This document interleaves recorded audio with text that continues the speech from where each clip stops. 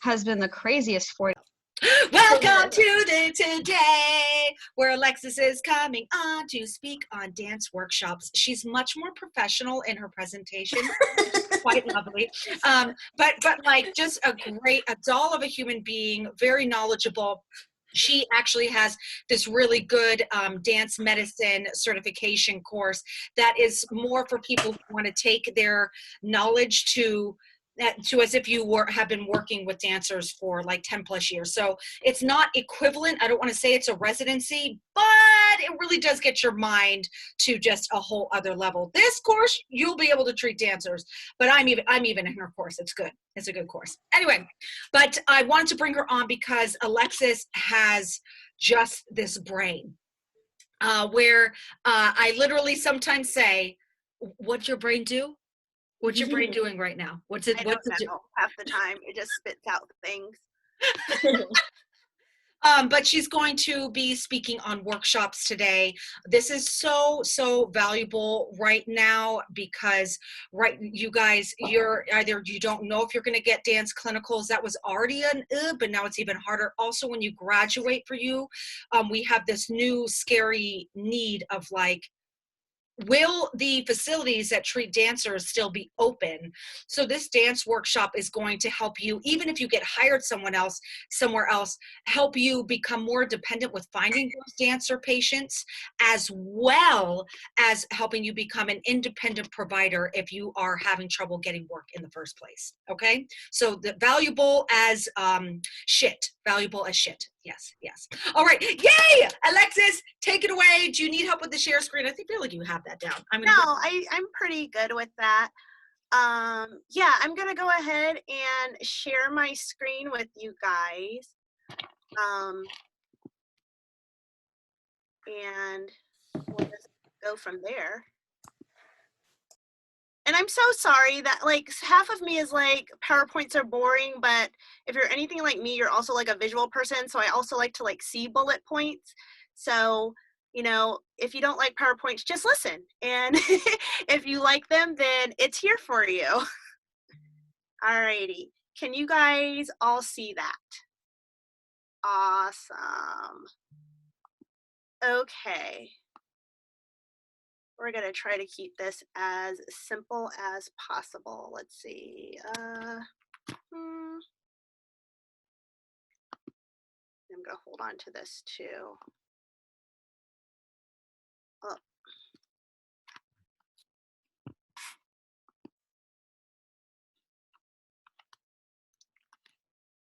Okay, there we go. Alrighty, guys, welcome. We are going to talk about how to become basically, yes, your local dance med expert. Talking about different ways that you can reach out to your community, your local dance community, even if you're starting from like ground zero, you don't know anything, you don't know how to reach out, who to reach out to.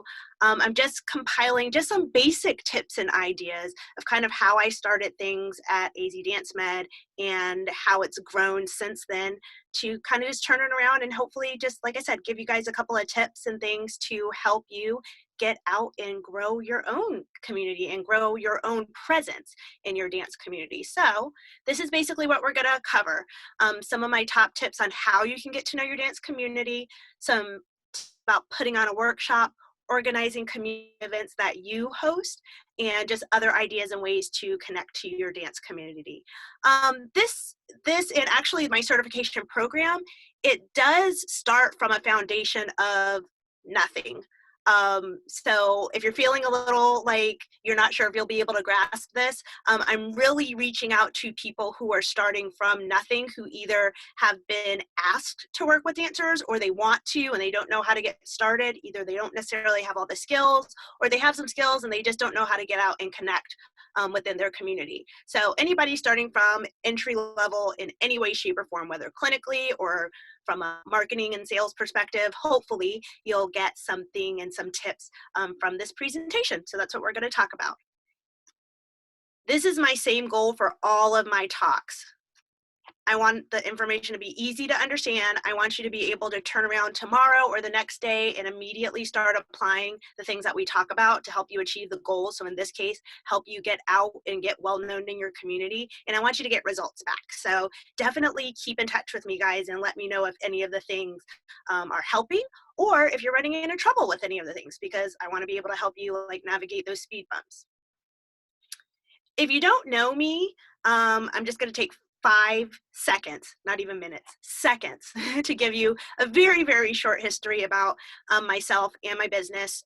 Like Jenna said, my name is Alexis Sams. I'm a professional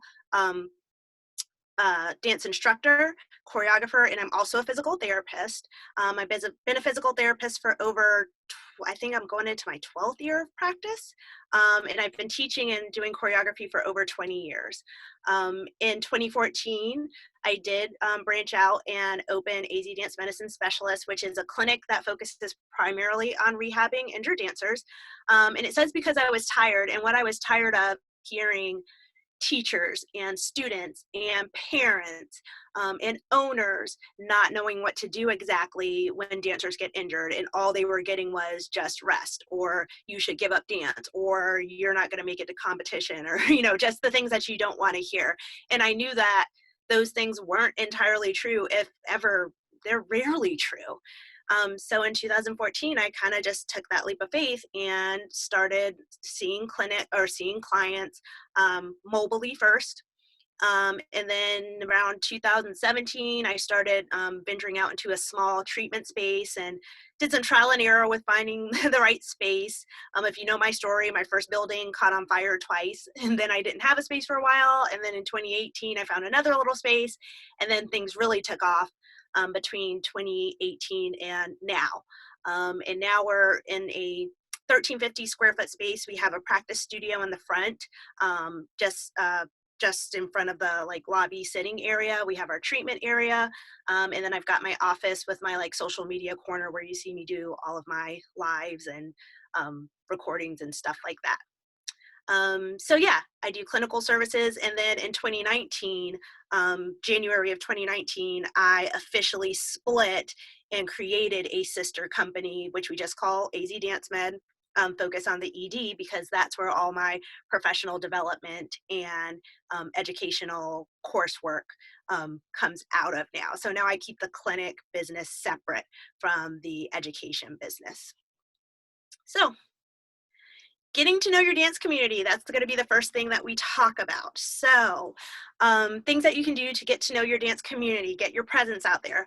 Follow your local community businesses on their social media. And I know that sounds like a no-brainer, which is why I put it on there first. You're probably already doing that, or if you're not already, it probably was the most logical place to start. Just as an example, my preference, and I think what's worked for me, is my business account is my business name. So my Instagram and my Facebook, Twitter, like all my social media handles are all AZ Dance Med. But then the first description on just about everything is me, Dr. Alexis. So people know my business name, my logo visually, that you recognize it by. And then the very next thing when they're scrolling through, just to make sure that they are in the right place, is my name. So that people know that, like I said, they're in the right place. So that's tip number one. Make sure that you're following your business accounts from your local community. In terms of knowing your local community, yeah, just start compiling a list, whether it's Excel, whether it's email automation. So I have a separate email automation list in MailChimp that just is for, it's labeled Dance Studios. And when people subscribe to my list, one of the things that they do as part of this subscription information is they put in their state. So on that email automation, it flips them towards a dance studio mailing list. It's already got their state. So then whenever I'm doing an event in their general area, I can tease those people out and target those people via email. You might do it via city. You might do it via neighborhood or something like that. You can put anything to help narrow down any type of email listing that you'd like to, or you can just know that anybody who subscribes to your list is going to be in your local area for right now and just save that list. What has really worked for us at the clinic is we broke things down at the NSEW as north, south, east, and west. So we started doing our Google searches, and we're always compiling and adding to it, but ours is based on north, south, east, and west Phoenix. And that way, when we do the next thing about going out and introducing ourselves, we kind of sprinkle in every corner of the city. So we pick one or two northern studios, one or two southern, so on and so on. Some people also choose to do it within a mile radius, like studios within a 5-mile radius of your clinic, and then a 10 or a 15-mile. That's another way to kind of organize it as well. Just as long as it's something that kind of makes sense to you, so that you can kind of systematically plan how you can reach out and cast this net. Increase your reach out into your community. As long as it's systemized and what works for you, go for it. Alrighty, competition and convention schedule, which is where you see my little word cloud here. Based on major cities, I'm hard pressed to find a clinician who's not they're either in a major city or they're near a major city where competitions and conventions come. Where dance studios enroll and register their students to present works. If you guys ever did like dance in college, it's very similar to like ACDA in a setup in terms of presenting works that are adjudicated. There's classes and conventions. Competitions are just competition based. And if you have questions about that environment, you can totally hit me up. But basically, knowing what competitions are coming when goes really far when you're bridging that gap and introducing yourself to a dance community or to a dance studio. Knowing some of the major comps that come to their area and doing a little bit of homework before you go out, and knowing if that studio is competition based versus more of a conservatory style or things like that really kind of like inches you up and lets people know that, hey, you kind of know what you're talking about. If you don't know, Dance Competition Hub in their website is dancecompetitionhub.com, I believe, will tell you the competitions and conventions coming to a major city just based on that city. Like you can do a search for places we do it every season. We do a search, we kind of know what comes now, but you do a search for everything that's coming to Phoenix for the 2019-2020 season, or now, getting ready to go into 2020 to 2021. And if you're not familiar with like the competition and convention environment, they tend to cycle through yearly. So you'll start to learn major competition circuits go to your city around the same time every year. So when you're having conversations with clients coming in to see you, or if you're having conversations getting to know new studios or new gyms or things, you can toss around like, hey, do you go to NYCDA in October? Because you're talking to somebody in Kansas City, and that's when around that time that they go. It really goes a long way to let people know, hey, she knows, or, that person knows what they're talking about. They kind of know our environment. They know what we do. They know how we roll. And it really, like I said, helps really quickly build that rapport. Let's see. Knowing your performance venues also goes a long way as well. Just in general, like I've had traveling companies message and see if I'm available to help with backstage coverage. Just because I keep in contact, I follow the social media pages of our major performance venues in Phoenix. So one of our biggest ones is like the Herberger Center. We also have the Gamage Center on Arizona State University's campus. And I know that Ailey comes every like March or April to Gamage. So I always make sure that like I'm kind of marking the dates that they're supposed to come, just in case I get that phone call. But the point is just knowing your performance venues, knowing where they're located, knowing in general if these competition and conventions, they tend to go to the same performance venues. So just kind of getting in and knowing where your clients are going and what your clients are doing can, again, help build that rapport and help you get to know what's going on in your dance community a little bit more. Alrighty, so we're going to change gears just a little bit and talk about organizing a workshop, because that was kind of like the biggest thing that we were going to talk about here. And there's just a few phases. And like I said, this is not anything This is not, you know, rocket science. It's not organic chem. It's not curing cancer or anything like that. But it is nice to just kind of have a few tips just to kind of get your juices flowing and get your mind going in the right direction. So in terms of organizing a workshop, where do I start? I say initial contact. So this is what we do. We have a welcome gift. We have this studio profile and visit notes sheet. We actually have it as a Google form at our studio or at, you know, at our clinic. And super side note, if you have any people asking you about interning or volunteering, which I do from time to time, I usually use them as clinic ambassadors. So we have a AZ Dance Med ambassador program. They get one free treatment visit a week as their benefit, and they are my foot soldiers. So they're the ones going out and taking this welcome gift. And all their initial goal is to do is to take the welcome gift and get the profile filled out. They have an iPad and they enter it all in into a Google form that comes back to me, and it lets me start getting to know my studios. I use that list, that compiled list, north, south, east, and west, and I have ambassadors in each area, or I try not to have more than one ambassador in more than one area. So right now I have 2 ambassadors in 2 different areas right now. And they pick 2 or 3 studios that they take a welcome gift to. They do it is essentially a cold call. It is a drop-in visit, and usually it's around that 3 to 5 p.m. Time when the studio opens, but before they get super heavy into classes for the evening. I tell my ambassadors there's no pressure to sell. It's really just an introduction. The gift really takes the pressure off of the ambassador. So if that ambassador is you, it was me when I started out.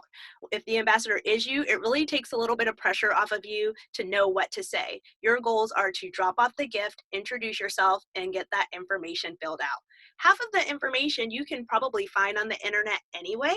So, you know, when it was me, I did it. When it's my ambassadors, I tell them to go and find look the studio up and fill out as much information before they get there. And then they can just double check and make sure it's correct, so that the person that they're talking to doesn't feel like they're being bombarded.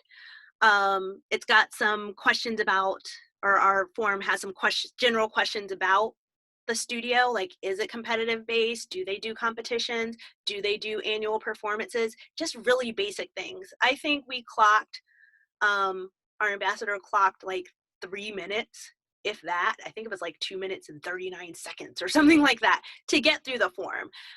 Just a point to say it doesn't take long. And like I said, you go in with a purpose, and then and then we're done. And we have a follow-up system afterwards. And that follow-up system, I think, is coming next. Yes, we do a follow-up email and phone call just a few days later, just to introduce ourselves again. And we offer a free service. So let's see, I think we talk about, yes, our free service next. We give them a choice. They can either have a free injury prevention workshop. We can come and set up an information table during an event or during a time that they tend to be a little bit busier. And that time, a lot of times, is during recital rehearsals.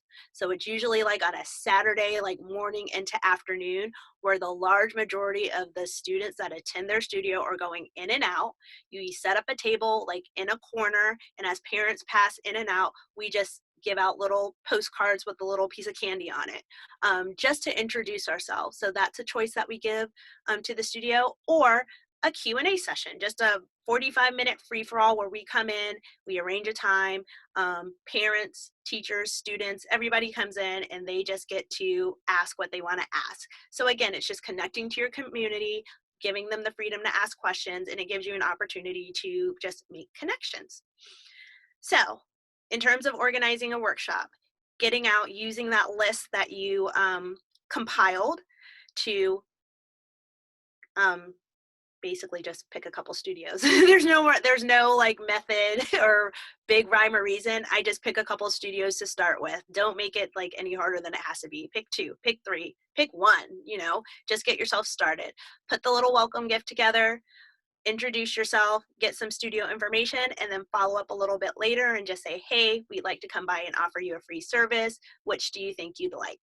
So you're probably wondering what's in my welcome gift bag. So these are some of the things that go in the bag.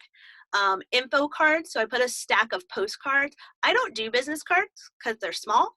I like to do something a little bit bigger that's just a tiny bit harder for people to throw away. So we do postcards. So I put a stack of the postcards in there so that they can put that stack on their info table or on their counter for their students.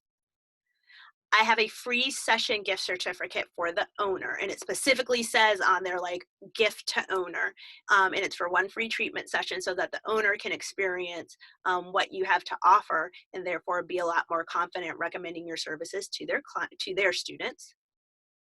There's office promo items, pins, notepads, little things like that for the front office people as visual reminders that we, who we are, where we are, what we do. So office promo items are in the bag. Logo stickers for the kids. If you follow my social media, this is actually, the picture here is actually my older logo. We got our Bella logo copyrighted, which is the dance-inspired proportions of David type logo.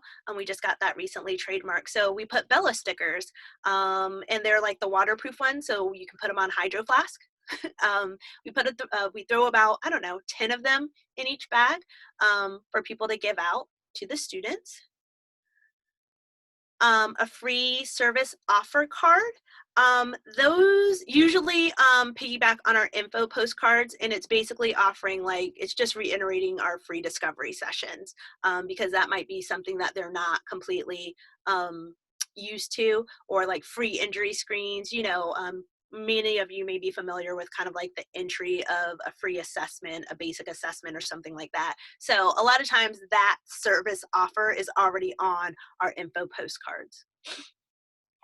And then I always include an industry specific promo item. The last big bulk that I got were tape measures because when performances come up, a lot of studios are always measuring students to know what sizes to order. So they're always, first of all, you can never have enough tape measures during measurement time. They're always looking for extra tape measures. So that was the largest or the last big bulk that I had, and I'm still using them. They have my logo on them with my website, and that's it. They're in our company green color. So that's what goes in our welcome bag, in case you were wondering.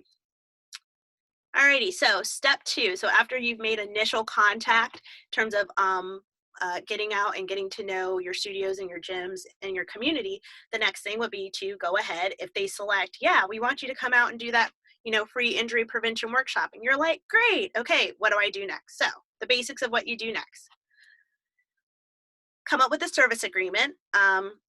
We have one, and Jenna, afterwards, after we do questions and everything, I will forward the information to Jenna for you guys. I'm going to go ahead and give you the Google folder because this is an individual presentation. It's actually one of the presentations that's in the certification module for clinicians. It's in my Dance Med Pro certification that Jenna was just talking about. So you guys just got one of mine for free. But I'm going to go ahead and also give you the resource folder that goes with this part of the presentation.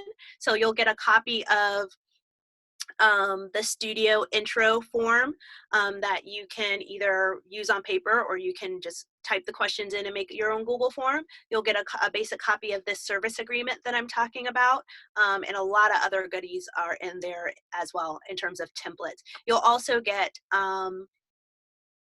I think you guys might have already passed the injury management presentation that might be floating around in Jenna's training. If you haven't had it yet, I know it's coming up, or if you have had it, my point is there's also a copy of it in this resource folder for that to be the injury prevention workshop that you present to your studios when you're reaching out into the community. So that I'm offering and giving to you if that's what you would like to use. You don't have to create anything on your own. Let's see. Someone here has a question. Yes. Okay. Thanks, Jenna. So yeah, that same presentation that you guys got, there's an extra copy and extra resources that go with it that you can pass on to who you present it to the studio. That's in this folder as well. Basically, you get a whole bunch of goodies. So I'll make sure that I hook you up with that. So in terms of phase 2, service agreement. So just making sure that everybody's on the same page in terms of with date, time, and the actual service that you're going to provide. So whether it's the injury prevention workshop, the Q&A session, the information table, when you're going to do it, how long you're going to be there, all those little details get sketched out. Organize your event registration, like how you're going to take care of that. That is ultimately dependent upon like how you schedule like your clinic events, and how there's more logistics that are going to be relative to how you run your business, or how you or the people that you work with run their business. I can give you our example. So what we do at AZ Dance Med, our education division, so the AZ Dance Med side, has its own acuity scheduling account, and this is scheduled as like an appointment type. We put it as an event like you see here on Facebook, and when people go and register, we get all their information then. And that's kind of what kicks off like the registration process. We've also had, before Acuity, we actually just had a sign-in sheet when people came in. We had them sign in to acknowledge their presence, and I'll get to that in a little bit when we talk about like waivers and stuff. But whatever works for you, make sure that you get a very sound registration process going. Social media would be next. So to the person who's hosting, we usually forward them one version of our logo and a basic ad image. So we have the same ad image and we just kind of recycle it. We switch out like the date, the time, and the name of the studio.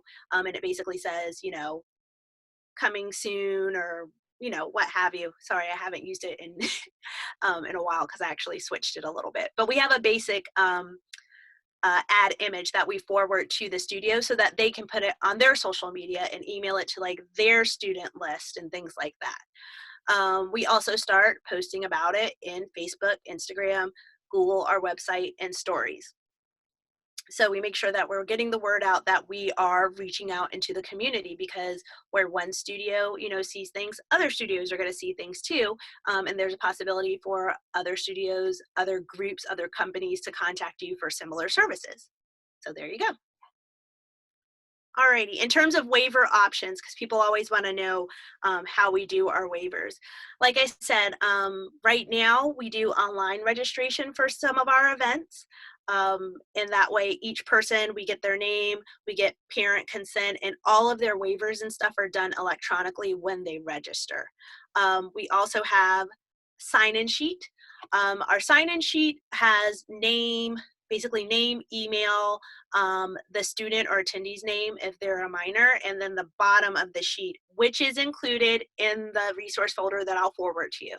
The bottom of the sheet has both your liability and your media release waivers included in there. So whether you're doing it sign in when they show up, online registration, some basic registrations I fill out or I send through an email follow-up. So I'll send like a link to the studio owner or to the studio, and they forward that link to their entire email, list.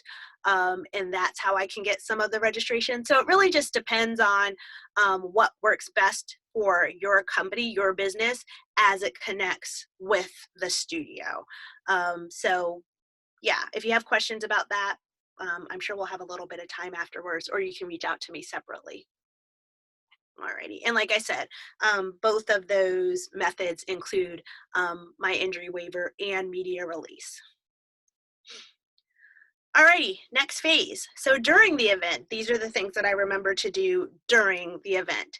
I tag my business and the event on social media on that day. So I'm like, heading out to All About Dance to talk about preventing dance injuries. Can't wait.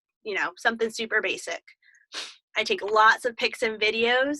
If you have somebody who can come with you, it can be anybody. It doesn't necessarily have to be a staff member. It can be like your brother or sister or cousin, like anybody who can come with an extra phone or iPad device to just take those extra pictures, take a few videos. It goes a long way because you're going to be talking to people, giving the presentation, and you're not always going to be available to get these candid shots and things like this. So these are all separate workshops that I've done where people have been, again, I've had at least one person to come and help out and just snap a couple pictures so that I can use them for things like this.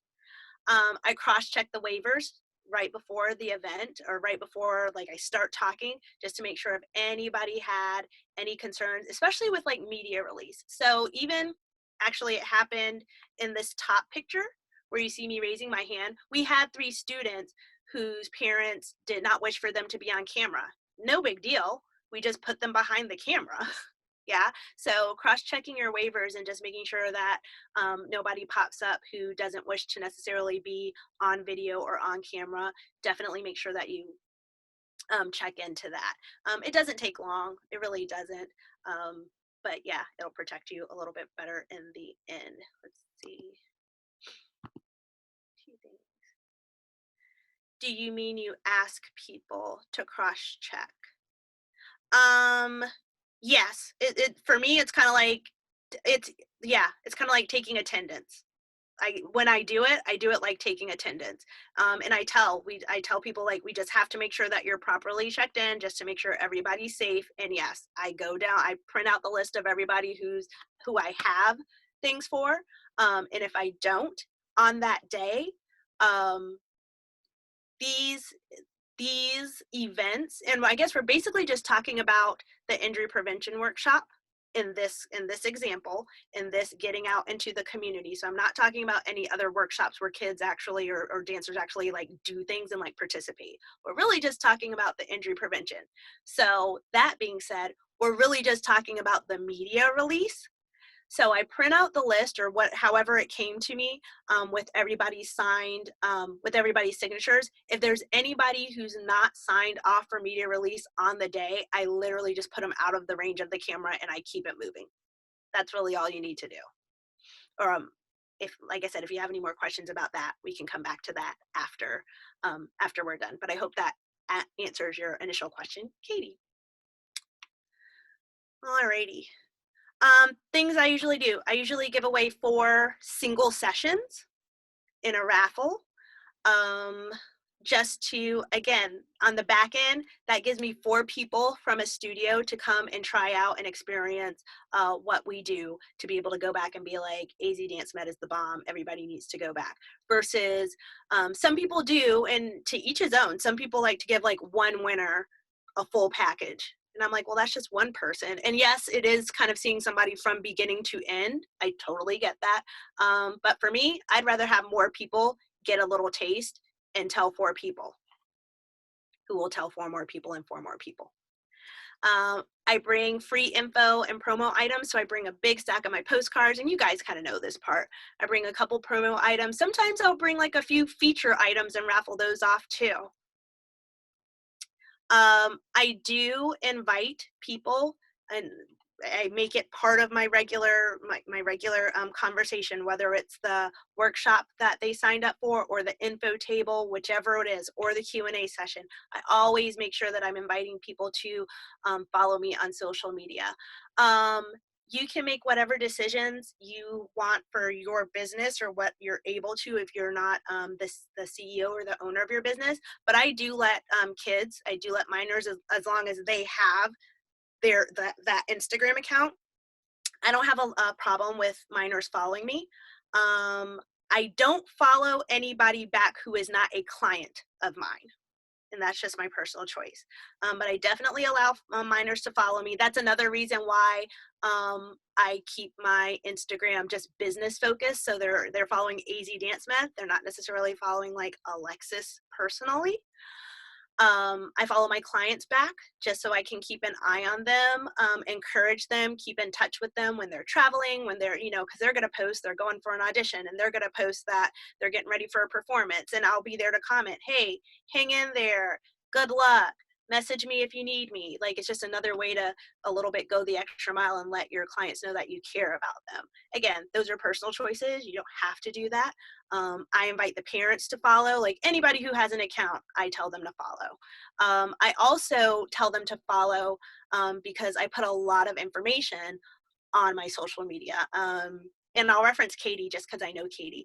I know Katie also with her Dizzy Dance Doc stuff. Like, she puts a lot of information on her Insta as well.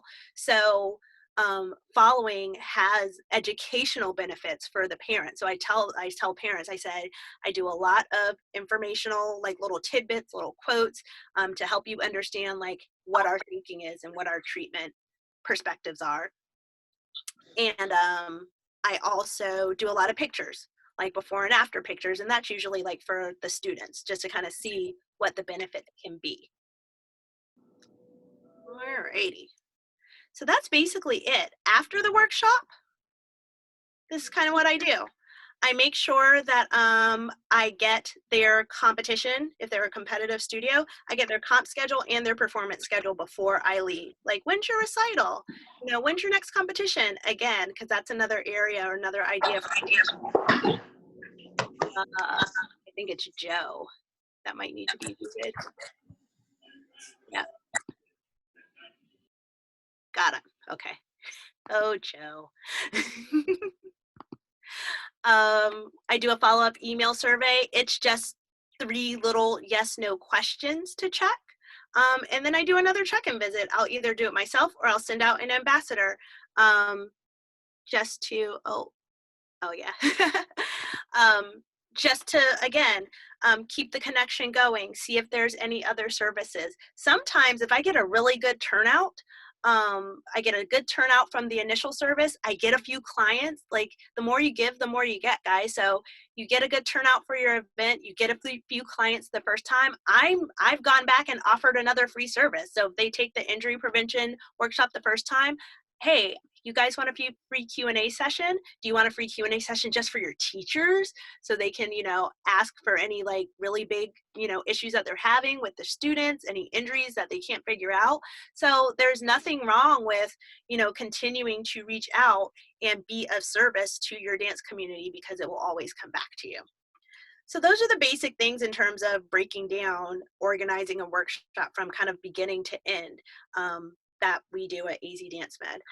Our email automation also follows up. So that email list that we said that every student or every parent did, either on the sign-in sheet or if they did online registration, whichever way they came into you, their email gets dumped into an automation.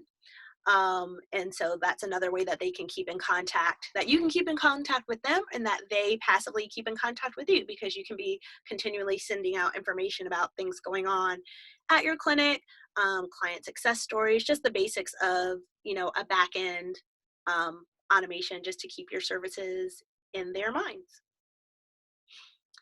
You can also invite them to future clinic events. And we're going to talk very briefly about clinic events and kind of my little tips for hosting clinic events. Following up with raffle winners, making sure that they're notified that they may have won, especially for the treatment sessions, following up and congratulating them for winning and offering to assist them with scheduling. That'd be the other thing after the event to follow up with. Alrighty, in terms of community events, what you can host, wellness days are usually one of my most popular events. Because it's very client dancer focused. I did make the mistake the first time of calling in an open house. It actually was still successful, but what I learned is that nobody cares about your house, really. You know, nobody cares about, you know, the color of my walls or where necessarily my studio is or my clinic is or what specifically it looks like or things like that. So when you're calling in an open house, you might not necessarily be putting the best vibe out there to get people interested in coming to see you. So a wellness day, a dancer appreciation day, open dance clinic, anything that really in its title and whatever you call it really grabs your community and lets them know what you're offering and what they can take advantage of, what you're giving to them. Title your events or make sure that your events are called or labeled such that the dance community very easily knows what you are giving and what service you are providing to them. I always have some type of freebie, snacks, promo items, assessments. So in this first picture with the little girl standing in first position, we had actually 3 mini assessment stations. We had measure your turnout, your functional turnout using the rotation discs. We had, we had, what was the other thing? Tighten your core, touch the floor, which I have as a video on my YouTube channel, but it's basically illustrating the link between core stability and improving flexibility. So usually the people who stop at that station have an issue. They have a tight hamstring, or they can't touch the floor. They can't do a split. They can't do some type of flexibility type issue. We quickly rev up the core. I do a very, very, very, very basic, super basic little massage on the tight area, and fire up the core again. So I do like a little core fire up sandwich, and then we retest their position and see if they've improved. Really big game changer for a lot of clients. I actually got probably the most amount of clients just off of that little station. I don't even remember what my third station was. I think it was another like test your stabilization. Oh, it was find your hidden sign of core weakness. That's what it was. So I did basic perturbation testing, and then asking them questions about their dance habits and things like that they struggle to fix usually gives me a clue about what their hidden sign of core weakness is. We tap into that hidden sign, and then we see if that changes their perturbation. It makes them a little bit stronger the second time. So some fun little interactive stations, for people to, yes, core sandwiches are delicious. Some little areas, little stations to get mini assessments worked really well. I had a little card so that each client like went from station to station, and we were able to put notes on their card so they kind of knew what they did. And then the other side of that card was their discount card for a full program. So if they kept that card and brought it back, or even if they didn't keep the card, because we had a sign-in sheet when they came in, they signed in with their email, they gave their injury, and they gave their media release on that same sign-in sheet. So we used it for this wellness day. Even if they didn't, if they lost their card for whatever reason, we had a record of them coming in because they signed in, and we still honored their discount. So it was one of the largest discounts that we gave like all year for people who came to that event. Again, we raffled off we did raffle off one full, and actually it was this little girl, I think. No, it wasn't. I'm sorry. We did raffle off one full treatment program to one individual. And she's working, well, she's not working with us right now because of Corona, but she did start, and we got a few sessions started before all that Corona mess happened. Sunday midday, that's usually where I have the most success with these events, because usually there's stuff going on at studios, there's work, all the other days of the week. So usually Sunday midday has been my biggest attendance. What do I mean perturbations? Oh, perturbations, don't let me move yous. So somebody assuming any type of position, applying pressure like you're going to try to like knock them over, but you're not giving so much pressure that you're trying to knock them over, and seeing if their stability is such that they can resist the force that you're giving them. And who just asked me that? Angie just asked me that question. If you want to message me, Angie, my email is going to be at the end of the presentation. I'll send you, or if you want to just go to my YouTube page, there's examples of perturbation tests. If you're not familiar with that, it's basically just somebody pick a position and don't let me move you at the very minimal, at the very foundational perspective. But if you want to reach out to me, I can send you the specific video link where I demonstrate some basic perturbations. So I hope that answers your question. What else can you do? You can do parents info night. and invite them to your clinic. Owners and teachers receptions, sometimes I keep them separate, sometimes I do them together. It really just kind of depends on what activities or what, I kind of, what my goal is for the event, but they can be combined. Style specific events, usually those include some type of like little Q&A session or some type of dance specific assessment. So, a b-boy and b-girl night or a ballroom dancers night, where they come in, same kind of setup, freebies, refreshments, like basic refreshments, a Q&A session, and I just kind of tweak the name, or I'll tweak the assessments just a little bit to make them more applicable to the specific style. So those are other things that you can do to invite the community into your space, as opposed to the organizing a workshop and doing going out into the community to present. Last thing, there's nothing to say, and I've done this before as well, that you host one of the same injury prevention workshop. I have hosted it as a community event to get people to come to me as well. So you can repurpose the same information both ways as well. But just making sure that you're doing both to kind of maximize your outreach or maximize your just general reach into your community, I think is best. We are almost done here. These are just some other ideas of things that I do or that AZ Dance Med does. So sometimes it's some of my ambassadors do to connect to the community. One, I attend competitions and recitals, especially if I have clients for competitions and conventions. If I have active clients who are going to a convention or a competition, a lot of times that's the one that I will go to. One, if anything happens, I actually happen to be there. And two, it gives me an opportunity when I'm posting on social media, like I'm supporting this studio, you know, cheering them on at this competition. I'm here. A lot of times I'll invite people like come get a Bella, find me and get a free Bella sticker. Just it's another way just to be present, another way to reach out to. And if you've never been to a dance competition or convention, there's hundreds of people there that you can meet. So it's a really good way for free to connect with your dance community.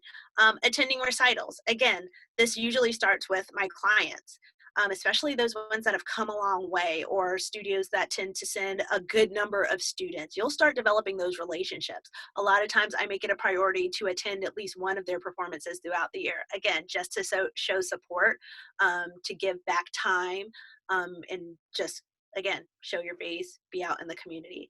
I do studio shout outs on social media, just saying, hi, thanks for the follow. Just super, super basic things, commenting when people like reshare our content and things like that, staying present from a social media perspective. Live sessions. A lot of you guys, I know, follow me and have seen some of my Facebook Live things that I've done. So just continuing to do that, letting people know that I'm having Q&A sessions, letting people know that I'm going to talk about this topic. Tomorrow, I'm actually going to be talking a little bit more about the certification program that's launching in May, because I just got off of a call earlier today with a colleague who had some questions. She actually sat in on a webinar that I did a couple weeks ago. I offered a free assessment call to anybody who registered for it. So she signed up for the assessment call. She asked some specific questions to help bridge the gap in her applying the information to her dancers. And then she asked a couple questions about the certification program. So I'm actually going to recap everything that we talked about tomorrow on Facebook Live. So if you guys are free around 1 o'clock Eastern time, 11 o'clock Mountain time, that's when I'm going to be chatting. So again, just reaching out into your community on social media, going live.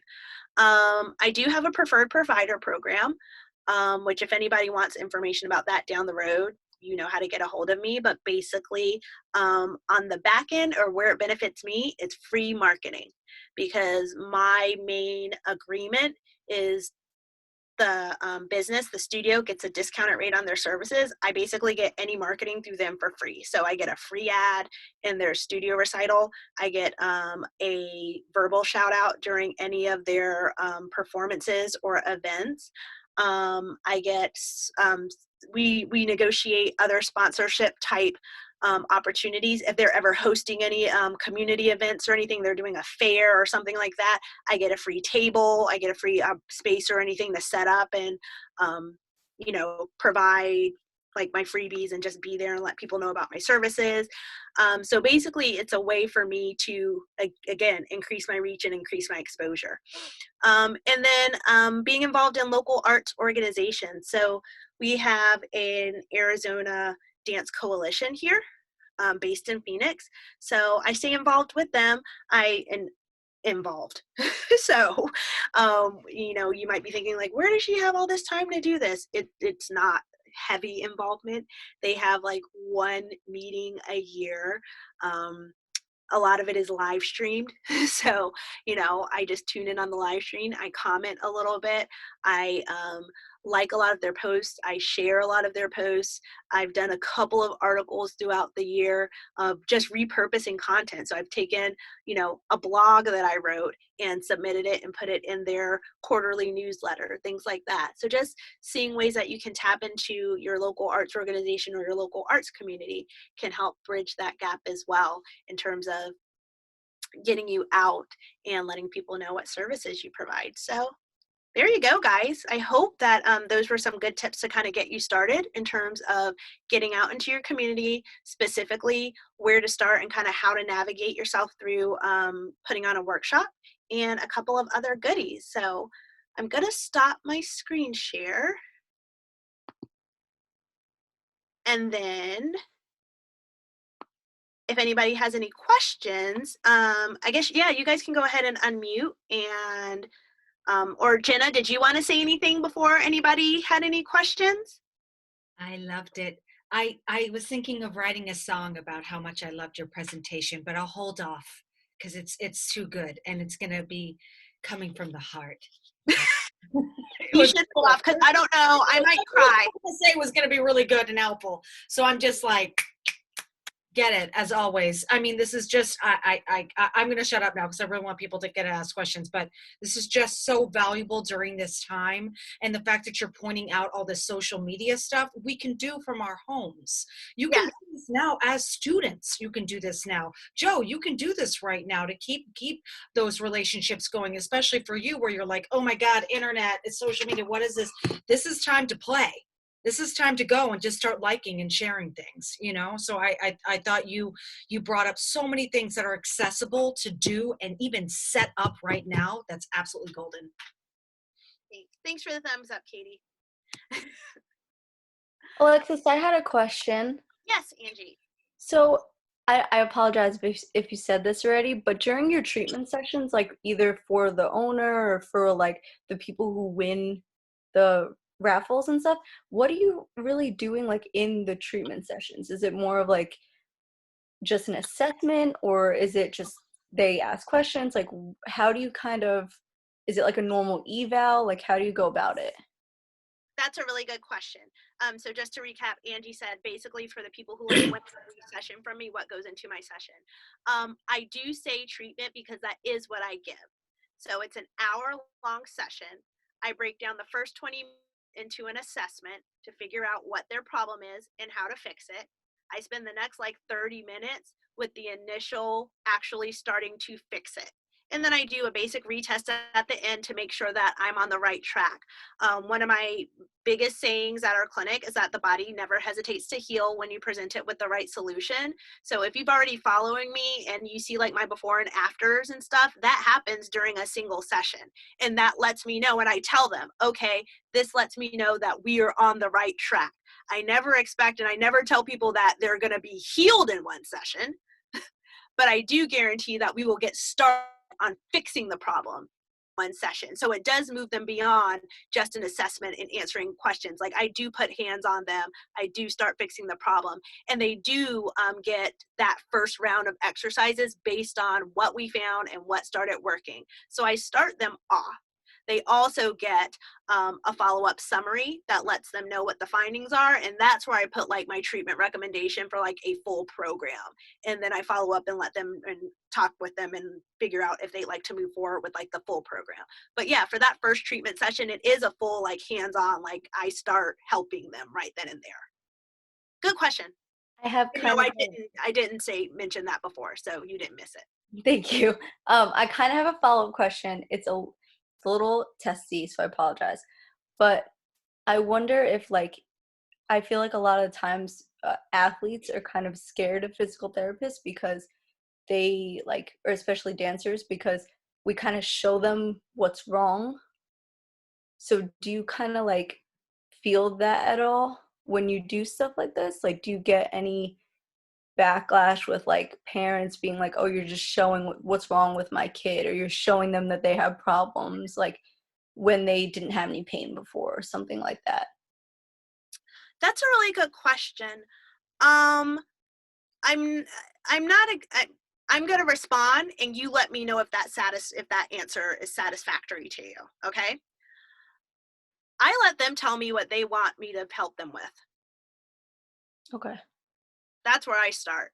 Whether it's and maybe we can take it in the context of like the free treatment session. Mm-hmm. Like if you don't have an issue, you don't have to use the session. Like you don't, like if you win the session and you call me, you have a problem. Whether it hurts or not is irrelevant. You've got a problem. So tell me what your problem is and I'll fix it. Nobody's going to get mad about that. Yeah, that makes sense. Because I was kind of thinking it's like you bring a dancer in that really doesn't really have any problems. And you're like, okay, well, your genu recuratum, your pes planus, like you're a little posterior pelvic tilted here. Like, and then they're kind of like, whoa, what? You know what I mean? Mm-hmm. But that makes a lot of sense. Thank you.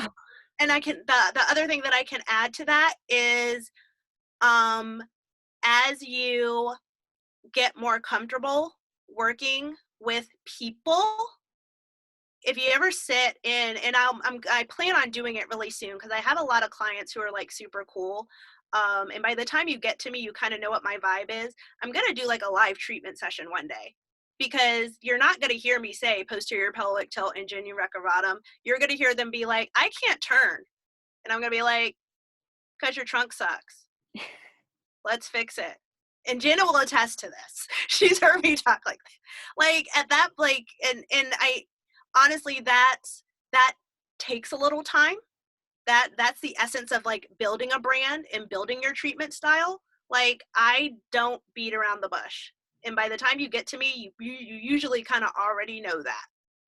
Yeah, just to bounce off of Alexis's point, that's why Module 1 is there, all about self-development, because the confidence within yourself is just everything. Mm-hmm. I mean, you can even hear it when Joe speaks. Joe is just like very confident, like he's just like solid.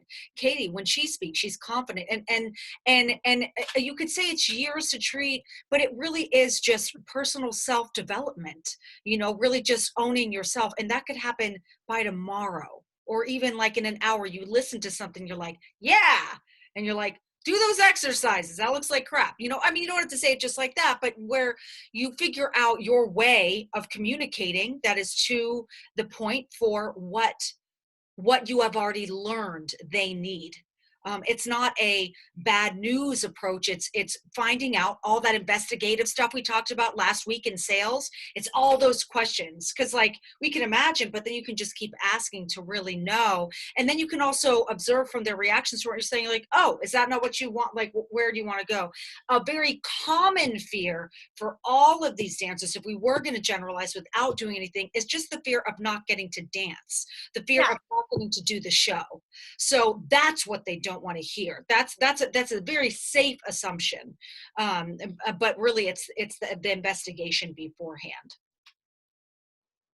Does that answer your question, Angie? Yes, it does. Thank you so much. Cool.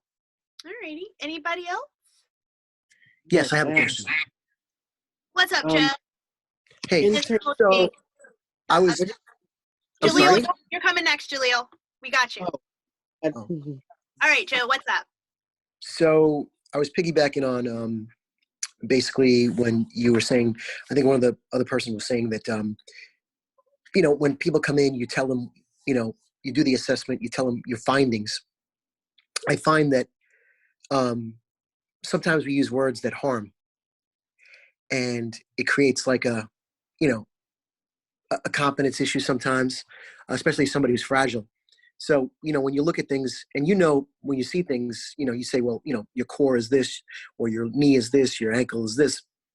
How do you know how to be blunt or straightforward or matter of fact, whatever that may be, versus, being gentle? Because I noticed that in my experience, I used words and, it kind of backfired. Mm-hmm. But I was honest. But sometimes when you're honest, sometimes, the truth hurts. Can you maybe share how you, dance around that and not lose the patient? I know I'm vomiting at the mouth here, but I think what I'm trying to say is words do harm, especially with fragile people. Yeah. That is an excellent question. And I'll give you I will answer it in 2 words, and then I'm going to elaborate. The 2 words are manage expectations. Got it. So in my intake, one of the questions is, are you at the point of frustration because you haven't been able to fix this issue? Yes or no? So that's one thing that I know when they come into me already. Yeah, I think it's yes, no, or almost. I think those are the 3 options. So Gotcha. Even before they walk in the door, I kind of have a little bit of an idea where their mindset is. They are like, and most of my clients are yes. So they are close to giving up.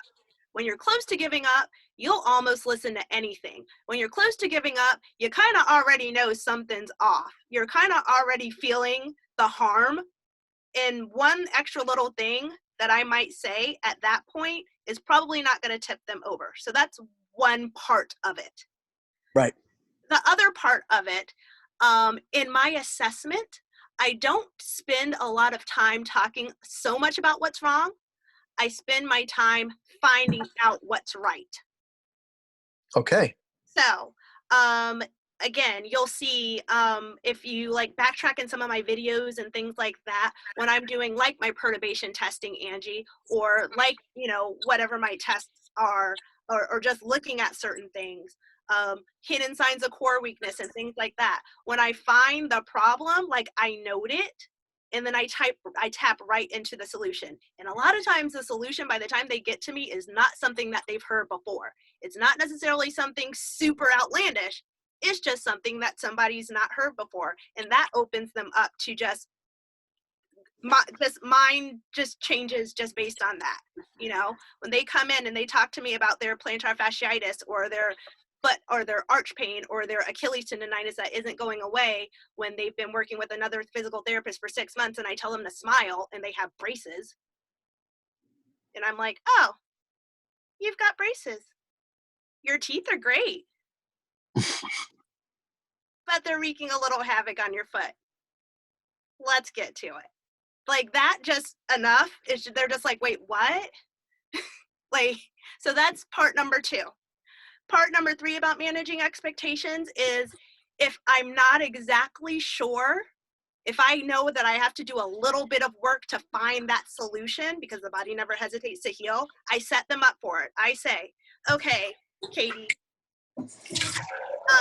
I'm pretty sure I know what the problem is, but I'm really going to drill down and figure out exactly what muscles I want to prioritize to work with first. So I'm going to do a few tests. I'm going to do a few muscle tests. I'm going to do a few balance tests, and you're going to fail a lot of them, and you're going to feel like you suck, but you don't.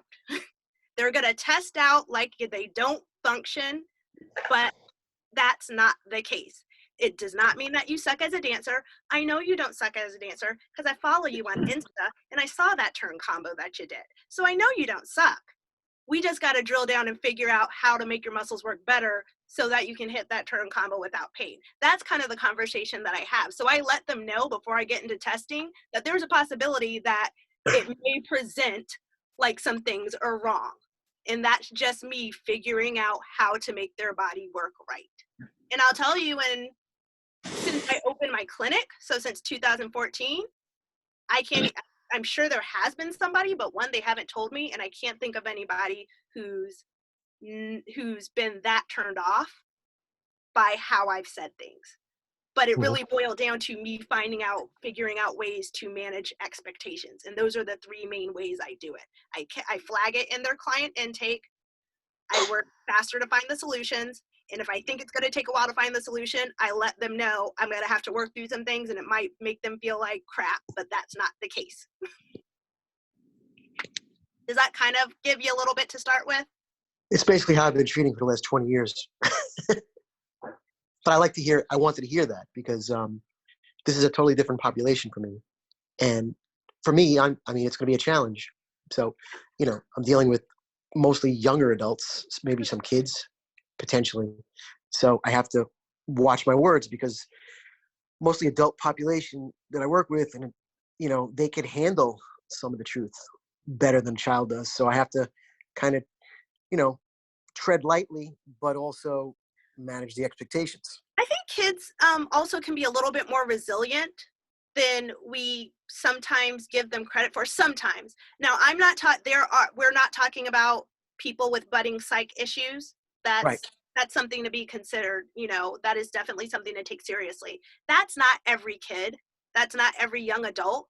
And that being said, we're pretty used to getting straighten your knee, your turn sucks, point your foot, straighten your arm. What are you doing? Get your dance life together. Somebody being like, you've got Genu Recavatum. There's also that dynamic as well. You mean like the biomechanical model? Not even the biomechanical model. They're used to getting feedback that doesn't sound the greatest sometimes. So we have to be different. There's an opportunity for us to be different, but as we find our voice, that harshness sometimes, like the harm sometimes, they ain't gonna dance die.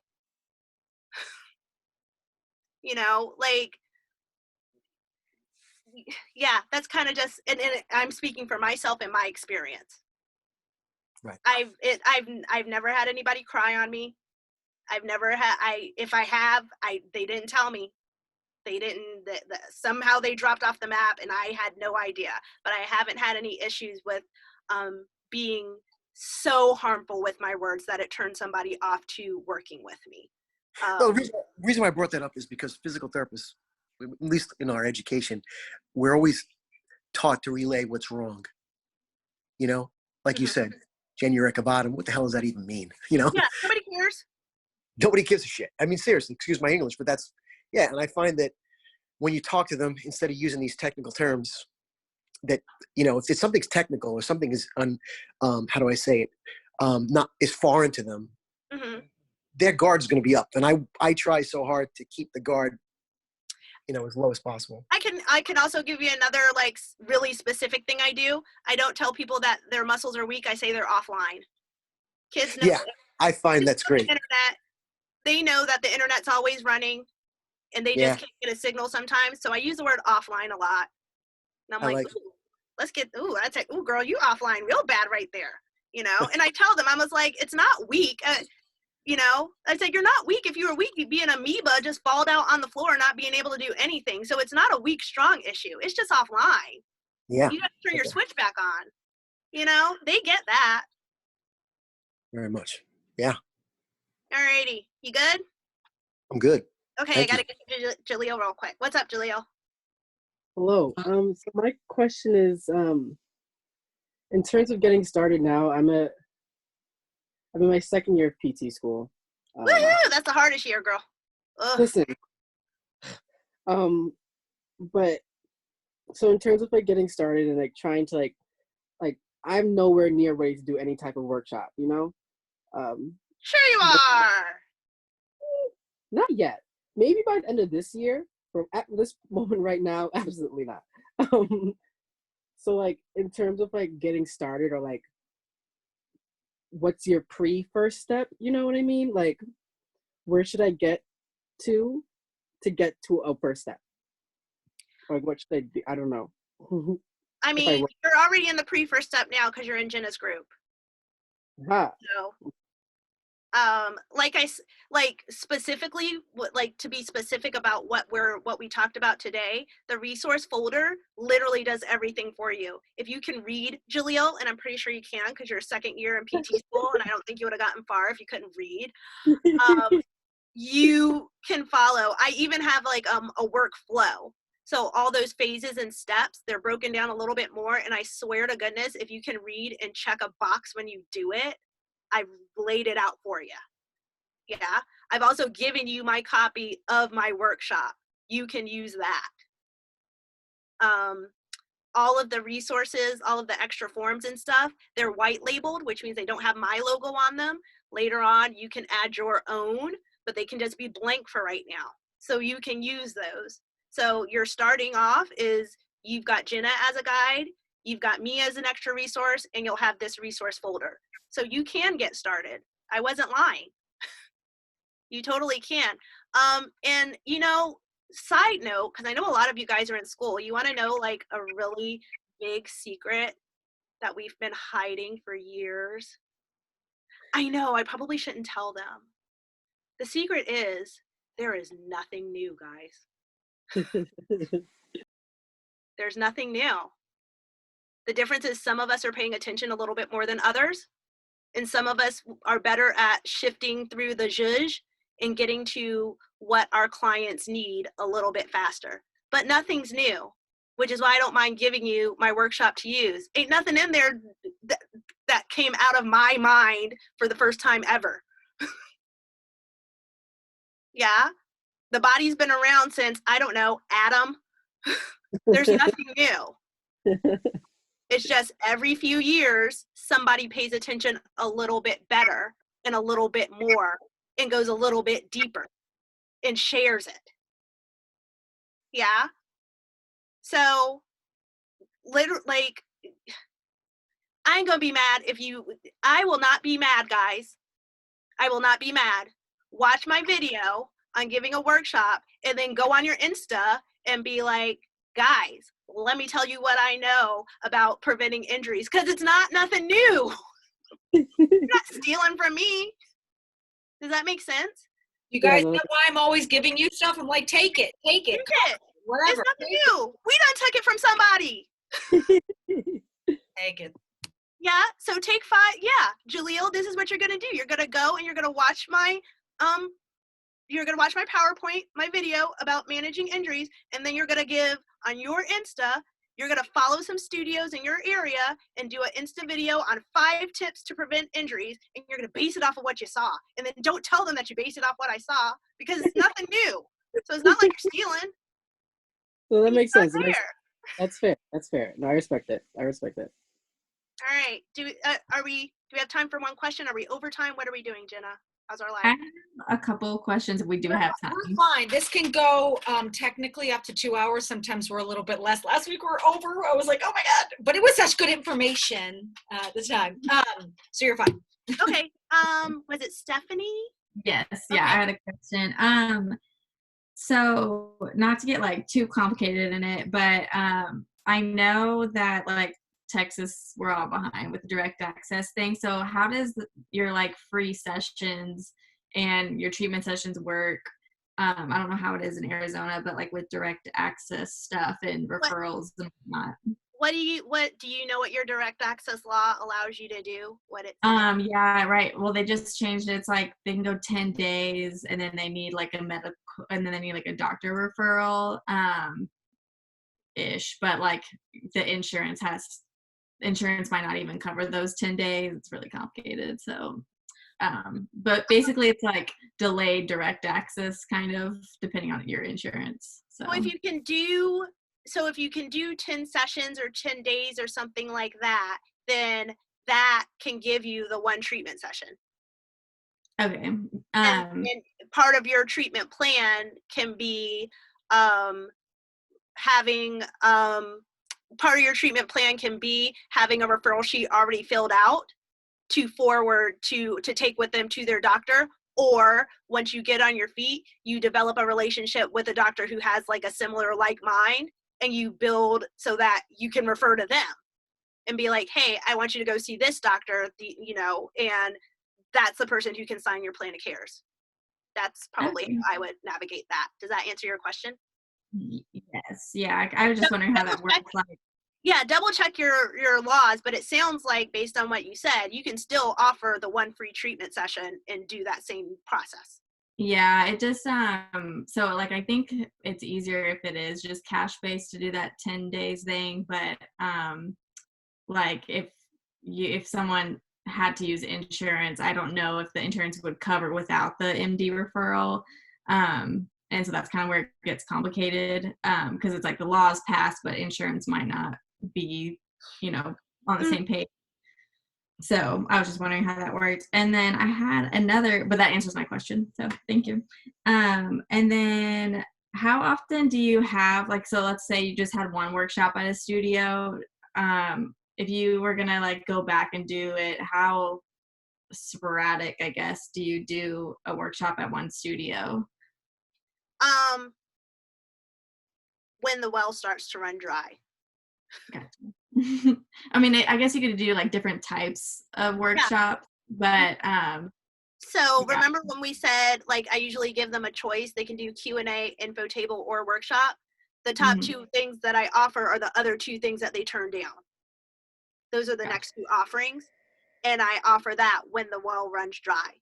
So if we have a really awesome workshop and I get 3 clients from them and I work with those clients, then I send them a thank you email for their, for letting me come in. I'm already working with their students. I keep in touch with the studio to let them know how their students are doing, because side note, in their intake, they already signed a release saying that I can talk to the studio owner and any staff of the studio as part of their plan of care. So they sign off on that when they do it's in their informed consent. So I don't have to go back and ask again.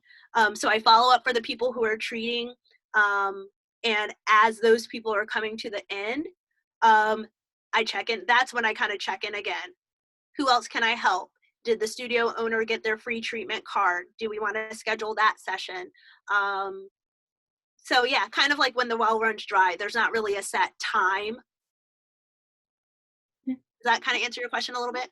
Yeah, I just didn't know, like, I didn't want it to be like too smothering, like if you had ever experienced like too much smothering of like, okay, it's been a month, I'm gonna do another workshop, but I guess that makes sense if like when the well runs dry, like you said. So Mm-hmm.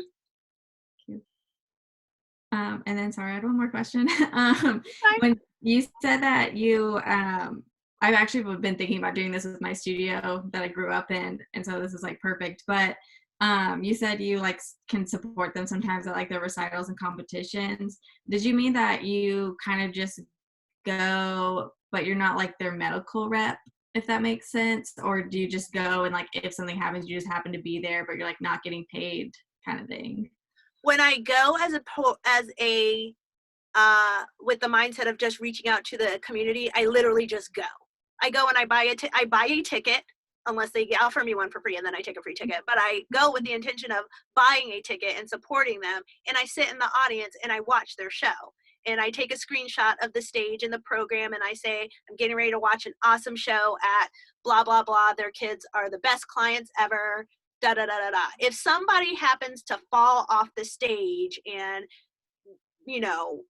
break a bone or concuss themselves or they twist the living daylights, of course I'm going to get up and offer, at least to put an eye on it, until like paramedics, especially if the parents there and they want to give consent, like I'll check them out, but that's not necessarily my intent. When my intent is to go and support, I just go and support. I talk to people. What's the word? Not passive, but like not reverse psychology, but I wear my brand colors. Yeah. I wear my brand colors, or depending on what it is, like competition and stuff, like I always wear like my team like my own jacket, or I'll bring my backpack, so you always see my logo when I'm walking around and stuff like that. I do things very passively, but it quickly turns into active because people come up to me and they're like, oh, hey. And I'm like, hey, here's a sticker. Let's take a photo. Look who I ran into. Like, especially competitions where there's multiple students from other, like all these different studios. I'm always taking pictures, like Mhm. tagging. I'll tag the studio, tag me. I'm always saying hi to people. Yeah, it's just being present. It's being present in the community. It's not always about be like actually giving the service. A lot of times it's just being there and letting people know that you're there and you exist. Cool. Awesome. Thank you. Sure. Anybody else? Question? Katie, you don't have a question? She's like, I'm good, girl. Speaking of logos, the background for Katie is actually her color scheme for her logos for her. It sure is. Mhm.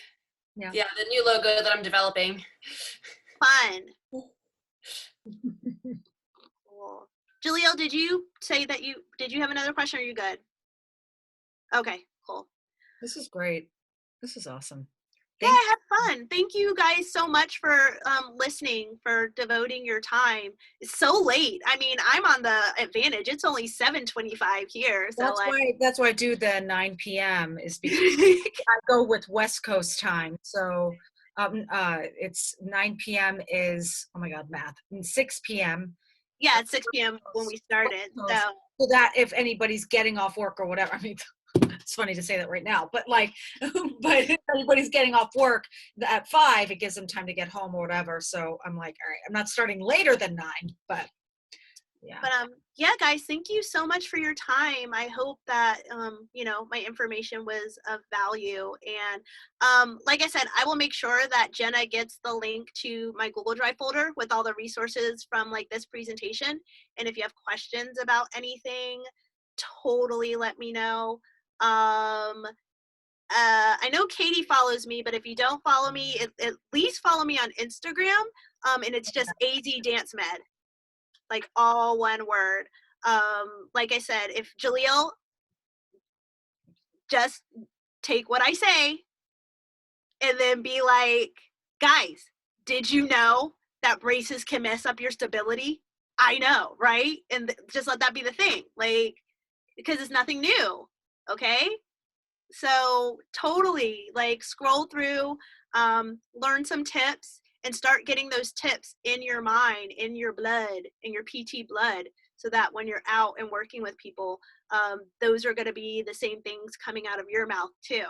Yeah. And my YouTube, Angie, is if you Google like YouTube and AZ Dance Medicine Specialist, it'll be the first thing that pops up. Yeah, I'm having a little problem getting my YouTube website or web address changed to just AZ Dance Med. It's being a booger, but I'm working on it. Everything else is AZ Dance Med though. Insta, Facebook. That's usually where you will find me, Insta and Facebook. My Facebook group, I have a closed group called AZDM Backstage. That you can request to join, and I have extra little things that I give just for my closed group people. So I can actually type that in really quick as well. But yeah, just you guys are resourceful. I know you'll find me if you need me, if you have any questions. And Jenna knows, Jenna's got me on every speed dial of her life because we're besties. So if you can't find me, I know Jenna knows how to find me. But she makes herself really accessible. I mean, you do. You're just easy to find and great. Okay, so there's my group page. You can go there and request to be in the group, and I'll add you. And you guys get anything that I post, updates and stuff. It always goes to my group about 2 or 3 days before it goes to anybody else. Just so you know. And I put all of like my before and after pictures, all of my discussions about how I help people and stuff like that. That only goes in the group. It does not go on my business page. I don't share it with other pages. We keep that stuff just in the group. So again, for you guys who are like going into clinicals and starting off your careers and things like that, Katie's in the group. She'll tell you about it. But yeah, there's lots of good information that I keep just within the group. So it's definitely to your advantage to join that. Okie doke, guys. One more question. I just asked you 5 minutes ago if you had a question, and you said no, Jaleel. You were closing out. You brought up something in my brain, you know? What's In terms of like social media stuff, do you recommend having like, should I make a second Instagram or whatever? I don't know that, like, I don't know if there's a right or wrong to that. My Insta visually is all my clinic brand. So it's like my clinic logo for everything, and all of my handles for the most part are AZ Dance Med. I will say, most of my following is on between Instagram and Facebook. You'll see on my Insta, like in the like little bio section, the first thing that you see there after AZ Dance Med is Dr. Alexis. So people know me. My personal Facebook page is Alexis AZ Dance Med, so that you know like what my business name is, and like my name gets associated with my business name. All of my social media is all about my business. There's very little, like I don't have personal pages. I'm not a social media person personally. I use all my social media stuff for business. So you can decide, yeah, that is a total like cool logo, Katie. You can decide how you want to do that. If you like having, and you're very active in your personal life on your Insta, I would, to each his own, then I would say go ahead and create a second one to start building like yourself as a dance med specialist, or like whatever you want to do for career.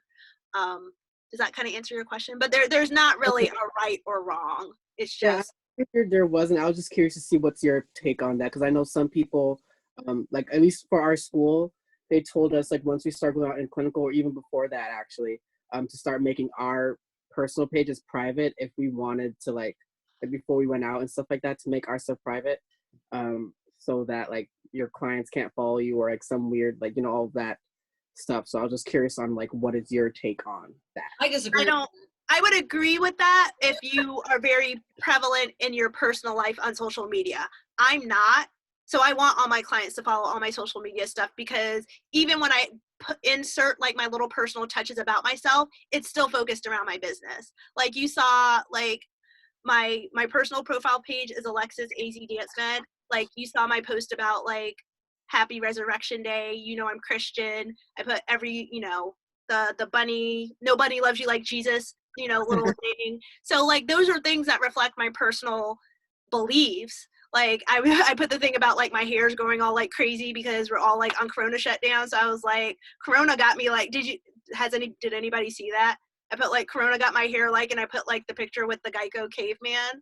Like my hair is like ridiculous right now. Like it's crazy. So I do mix up some of my posts with like little personal touches just to like mix it up a little bit. You don't want to hear about plantar fasciitis every day, all day long. But by and large, it is still me from a professional standpoint. I'm not going to get up there and be like, I hate my boyfriend. Like, no. Like, we're not, I'm not going to do that, you know? I think it really, I would say it depends, because in your case that makes sense. So I'm going to be a devil's advocate to explain my thing. Because I have two Facebook pages. I have Jenna Kavanaugh, I have Jenna Cantor. Jenna Cantor is the one that you guys know. That's the one that I made when I was like, ooh, I need for physical therapy. It's only medical people in there. My patients are all with Jenna Kavanaugh. That is like over 20 years of working professionally as a musical theater performer. For me to have separated and changed who I am, including the fact that I think the word penis is funny, to change that would have actually cut me off of the massive network I have in musical theater. So it would have been stupid. So, and I've actually already reached recently that 5,000 limit. And so now I'm going in there and finding any medical people who are left in there to get rid of them, because I have these musical theater people requesting to know me. Yes. So it's just, and it's all about your audience, knowing who your people are, and they've known you for so long. So for me, like, I will write about poop or swear in there if I want to. Like, that's my world. Those are my people. I have like drag queens, like whatever sexual orientation, like be you, love yourself kind of world there. Whereas when I go into Jenna Cantor, which I made later, and it's slowly building with a good network there, it's all medical. So I'm going to post about APTA. Like, nobody cares about that Jenna Kavanaugh. Like, if I want to put them to sleep, I'll do that, including I graduated from physical therapy school. This was such an interesting test. I graduated from physical therapy school. I posted on Jenna Cantor and Jenna Kavanaugh. So much more attention in Jenna Cantor. Then I got Lady of the Lake in Spamalot the second time after I graduated. I posted it in both worlds, like crickets in Cantor, crazy hotcakes in Kavanaugh. So it's really just knowing what you may have developed already in your life and going from there. If you are already significantly networked on Instagram with like your world you want to keep growing on, I mean, do you want to reinvent the wheel? Or you can, of course, reinvent the wheel. You just got to see. You got to play. So just to be a devil's advocate on that, I was like, I'm more on where you're thinking, Jenna, mostly because like as a performer, as like I wanted to dance like during college and even if a little bit after college, I wanted to perform and do like, get my name out there. So I haven't made my Instagram private yet because I still post dance videos on it and stuff like that. I tag different, well, all that stuff. So like I was just curious on like people like different like professional level PT, like their experience in terms of social media. Do you have a separate account? Do you keep a business account? I was just curious on like what's. Oh yeah, ultimately what Jenna's alluding to is like entry point. I didn't have any of that stuff before I started my business, so I was able to start everything from a business standpoint. She just referenced she had a following from a different perspective and a different experience. You have a different following from your different experience. So a lot of it has to do with entry point of when you start your professional career. So again, that's why I was like, there's no right or wrong. Yeah. And also the schools in general have a very closed off, like, oh, you separate, you don't have a personal relationship with these people. I actually, everybody, you all develop your own viewpoint. I actually completely disagree with that. So do I. So my patients get better because of the relationship I form with them and that trust. So right now, just like play the game and figure out when you graduate exactly who you are. You just need to graduate, but don't make that feel like you are hindered and you have to be like this because this. The evidence they're still showing, the things they're still teaching you because of what you're getting tested on are so outdated, And so it's just like everybody. Oh, watch out with Instagram. They just learned the word Instagram. Okay. Most of my were PTs back when it was still a bachelor's. Like a lot of my professors. Yeah. And either they didn't go back to get the DPT card or they just stayed. So yeah, no, I understand a lot of the stuff they do teach is like, why are they teaching this? But then they also teach, hey, learn new things. And then I get confused and no one knows what's happening. And then she is dying. Who is that? Lizette is dying over there. She's like, yes, oh my gosh. Seriously, man. It's like half the professors were BS, like Bachelor of Science PTs, and the other half are like fresh out of PT school like 5 years ago. So it's like a weird like. I mean, that's how you're going to feel in your clinical rotations too, is you're going to be taught how to treat exactly how the person who is teaching you. You're not going to get that individual point. This course helps you start finding that. This course is a very, very strong foundation that is totally not, this is like an A to Z thing for you here. And then that confidence will really come, honestly, as soon as you treat your first patient where you don't have somebody leaning over your shoulder staring at you. It's just like, oh, okay. I actually know what I'm doing. I'm good. So I feel, in my opinion, and this might be just from my own background and struggles with school and being accepted as me being myself, I feel that they breed low self-confidence. I think they breed this atmosphere of judging others on who's being professional and who's not, which is really not a cohesive thing that's helpful for the dance physical therapy community or the physical therapy community at large. So just be aware of that. Focus on you, if you need to play the game and smile, feel free, if you have to do that to just get by, that's great, but they are not going to be in your life. You're going to literally forget their names like 2 months out after you graduate. You're not going to remember your classmates because you're not going to see them again. They're going to be going to different parts of the US. But I remember everybody. They're just not cool. That's all.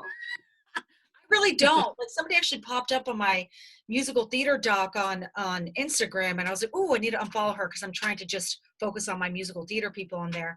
And I was like, oh yeah, that's right. I went to school with her. It wasn't that long ago. Like you forget. And it's not that somebody's not valuable. It's just they're not in your life. Yeah. Thank you. Joe, are you on your bed? Oh wait, here, let me unmute you. Okay, unmute. Unmute. Oh, you gotta unmute yourself. I can't do it. You did it, so I can't unmute you. There you go. No, I'm just I'm laying down on a bench. On a bench. Oh, that's so nice. Do you need somebody to do some manips on ya? Jesus Christ, I would pay $1,000 for it right now. I know. I try to get my husband to tickle my back. No, it's fine. Just rub your eye, Joe. It's fine. Yeah, I know. Like kick my foot into the wall, it'll go away. Yeah, totally. Rub your eye and drink some water. It's fine. Yeah. I gotta run, guys, but this was Thank you. awesome. I'll follow up with the resource folder link. I'll give it to Jenna and make sure that you guys, okay? Awesome. Thank you guys. So much. Thank you so much. Thank you. Great You're job. welcome. I love you guys already. I don't even know you. We We're love all you. family now.